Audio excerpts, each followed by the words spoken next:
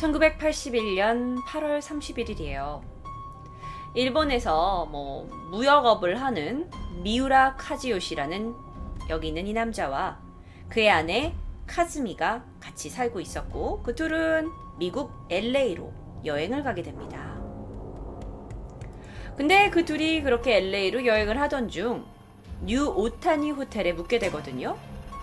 근데 이날 좀 이상한 일이 발생해요. 아내가 방에 혼자 남아 있었는데요. 한 아시아계 여자로 보이는 사람이 침입해가지고 여자의 머리를 둔기로 팍 때린 거예요.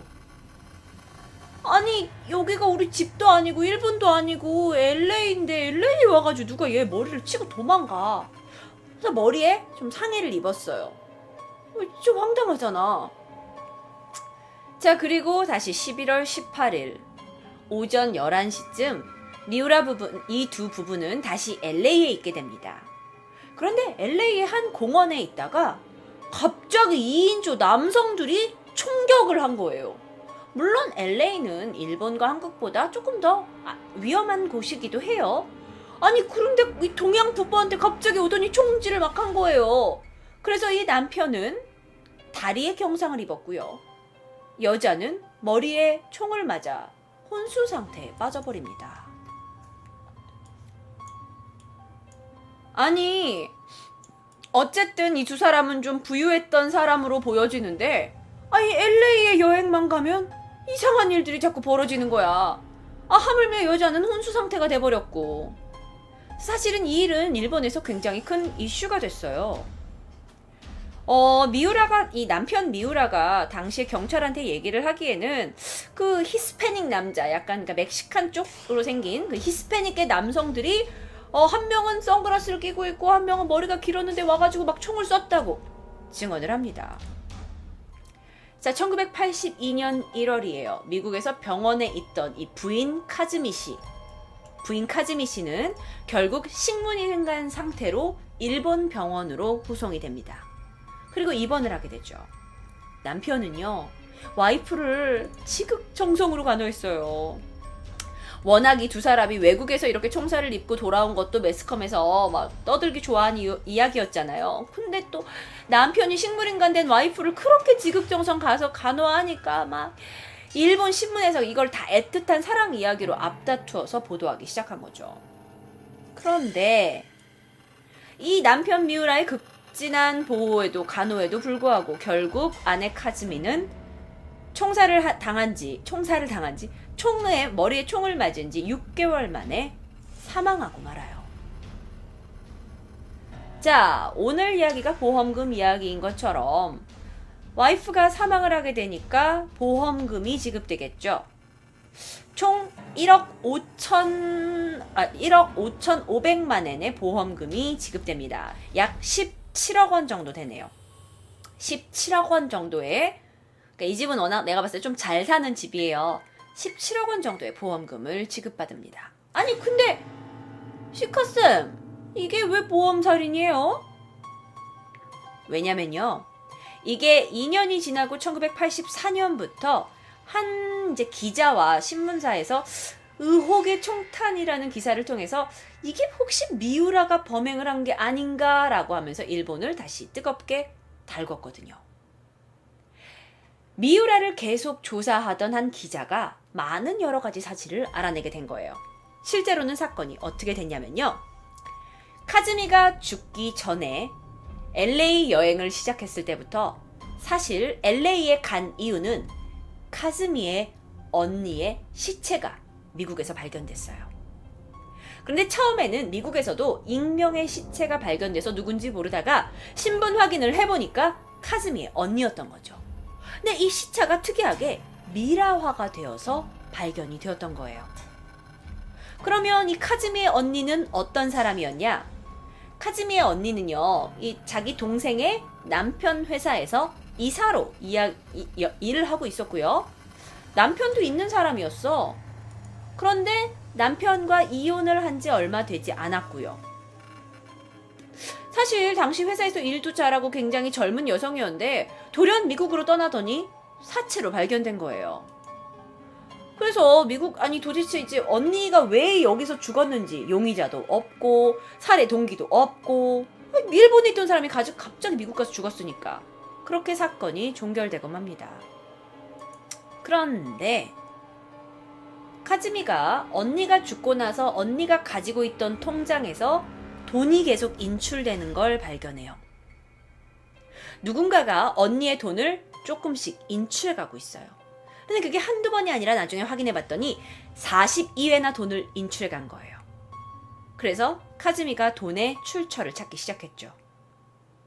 그런데 그 돈의 출처는 언니의 통장에서 돈이 빠져나간 곳은 자신의 남편의 이름이었어요. 이게 무슨 일이야?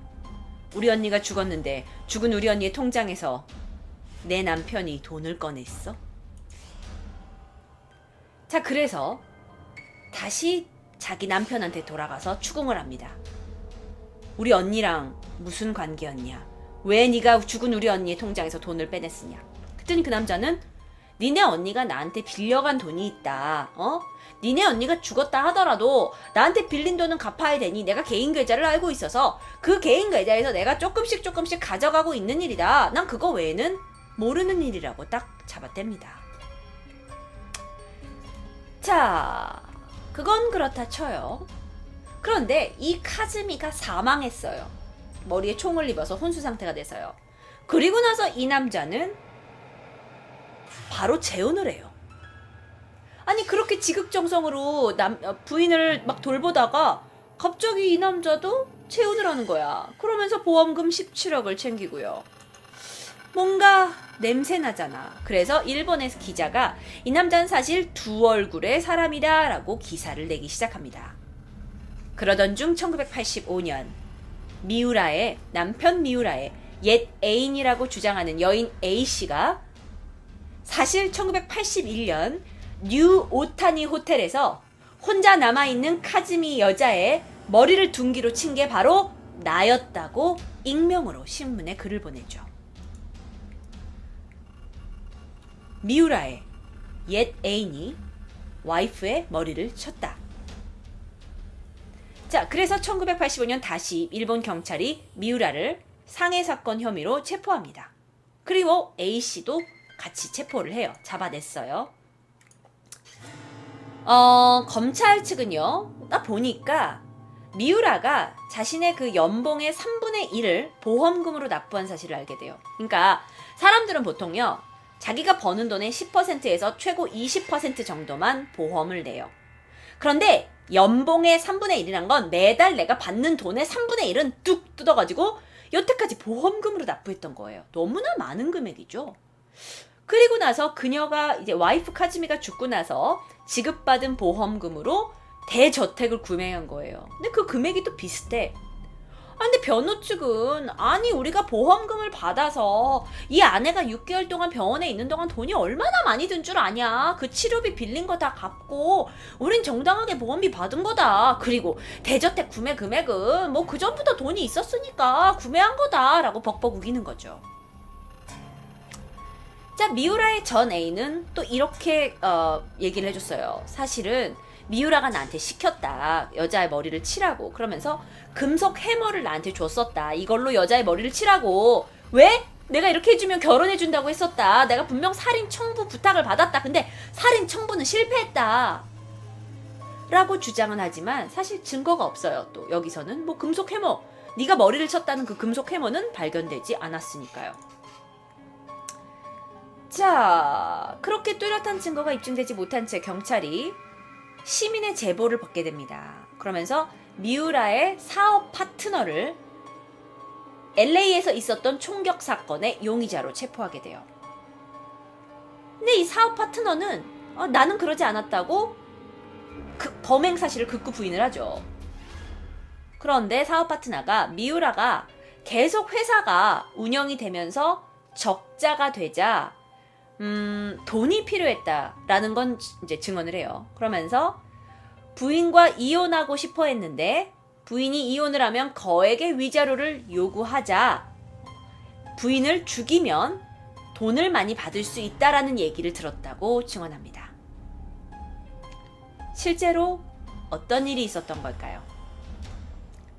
실제로 미우라는 카즈미의 언니와 내연의 관계였어요. 언니는 결혼한 상태였지만 그와 이제 자기 동생의 남편과 내연의 관계를 가지고 있었고, 그러면서 남편과 이혼을 하고 자기 동생 몰래 이 남자와 동거를 시작합니다. 그런데요, 어쩐 일인지 이 여자가 언니가 모든 걸 정리하고 미국으로 떠나게 돼요. 그리고 그 언니는 시체로 발견되고, 언니가 시체로 발견되니까 얘는 이 남편과 이혼을 해야겠다는 뭐 여러 가지 상황 속에서도 다시 남편과 같이 언니의 신원을 확인하려고 미국에 갔다가 옳다구나 미국에 가서 자신의 옛 애인을 시켜가지고 호텔에 침입하게 해서 여자를 죽이려고 했는데 그게 실패로 돌아가요. 그리고 다시 일본에 돌아왔는데 막 통장 건도 나오고 막 이 여자랑 이혼도 안 될 것 같고 막 힘들 것 같고, 그러니까 다시 LA로 돌아갔을 때 일본 당국이 아니라 일본 열도에서가 아니라 미국으로 돌아갔을 때 누군가를 시켜서 총을 맞게 한 게 아니냐. 복잡하죠. 자, 그 사건이 1982년인가 2년부터 있던 사건이에요. 그런데 얘한테 살인 혐의가 적용되진 않았어요. 계속 항소했어요. 계속 항소하고 이런 일도 있었대요. 일본에서는요, 범인이나 이런 사람의 원래 얼굴을 다 가린대요. 한국에서도 그렇잖아요. 그런데 어떻게 하다 보니까 이 사람의 얼굴이 다 나가게 된 거예요. 그러니까 얘는 살인죄냐 아니냐를 먼저 쓰기 전부터 얘가 또 각종 언론사를 명예훼손죄로 다 고소한 거예요. 그래가지고 또 돈을 좀 챙겼대요. 왜 내 얼굴 그냥 내보냈냐 하면서요. 자, 결국 그는 사업 파트너가 여러 가지, 그는 부인과 이혼하려 했고 부인을 죽이다는 청부 살인을 했다라는 결정적인 증거로 2003년 3월 5일 무기징역을 선고받아요. 그런데 이 사건은요, 1982년부터 해서 몇 년이 걸린 거야? 어마어마한 시간이 걸린 거예요. 85년에 사건이 들어갔다 한들 18년이 걸린 거죠. 18년이 걸려서 이 남자가 무기징역 선고를 받게 돼요. 그런데 이제 이 남자가 이렇게 나이가 들었어요. 2008년 2월 22일 사이판으로 여행을 간 거예요, 이 남자가. 근데 내 생각에 2003년에 무기징역을 받고도 얘가 계속 또 항소를 했나 봐요. 그래서 감옥에 가지 않았던 것 같아. 그러다가 2008년에 얘가 다시 이제 사이판으로 여행을 갔다가 여기서 미국 경찰들에 의해서 살인 혐의로 체포를 당해요. 왜냐면 일본에서의 재판은 재판인 거고, 너는 너의 그 살인이나 이런 것들이 또 미국에서 벌어졌잖아요. 그래서 미국 경찰들에 의해 체포가 당합니다. 그런데 죄송해요. 제가 뭐 한 가지. 무기징역을 선고를 받았어요. 그런데 다시 항소를 해서 결국에는 이 사람이 무죄 판결을 받아요. 내가 미안해요. 이거 얘기 안 해줬어요. 네, 죄송합니다. 결국에는 무죄 판결을 받게 되거든요. 그런데 그러다가 이 사람이 여행을 간 거예요. 그런데 이번에는 LA 경찰들이 와가지고 너 무죄 아니야. 너 분명히 그 익명의 시체, 그건 네가 죽인 걸 수도 있어 하면서 얘를 잡아간 거예요. 근데 이런 법칙이 있대요. 일사부재리의 법칙이라는 게 있대요. 어떤 사건에 대해서 판결이 확정되면 그거에 대한 다시 재판을 청구할 수 없다는 게 형사상 원칙, 일사부재리의 원칙이라고 합니다. 근데 얘는 그런 거지. 야, 이거 일본에서 이미 내가 무죄 판결 받았는데 뭔 소리야 라고 한 거예요. 하지만 결국 일본은 그를 LA로 넘겼어요. 미국에서 재판을 하기로 결정하고 미우라가 LA로 이송되기로 합니다. 그런데 미우라가 LA로 이송되고 나서 어느 날 구치소에서 목을 메고 사망한 것으로 발견돼요. 경찰은 이걸 자살이라고 발표했는데요. 변호사 측에서는 아니 미우라가 자살할 이유가 뭐가 있냐는 거죠. 일본에서 이미 다 무죄 판결 받고 미국 가가지고 미국에서 이미 몇십 년 지난 사건인데 이제 와서 판결 받겠다고 하는데 이 사람이 도대체 죽을 이유가 뭐가 있냐는 거예요. 그러면서 변호사 측은 다시 타살이라고 주장하는 거죠.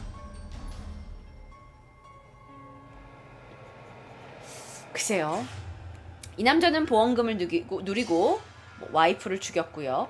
근데 그건 일본에서 무죄 판결됐고요. 그런데 미국 땅을 밟아서 미국 구치소에서는 자살을 했다. 어쩌면 이게 미국과 일본 간의 이 한 사람 가지고 굉장히 문제가 복잡해질 수 있으니까 혹시 내부적으로 그 사람을 처리하는 게 일 처리가 더 빨랐다고 생각했던 건 아닌지 생각해 봅니다.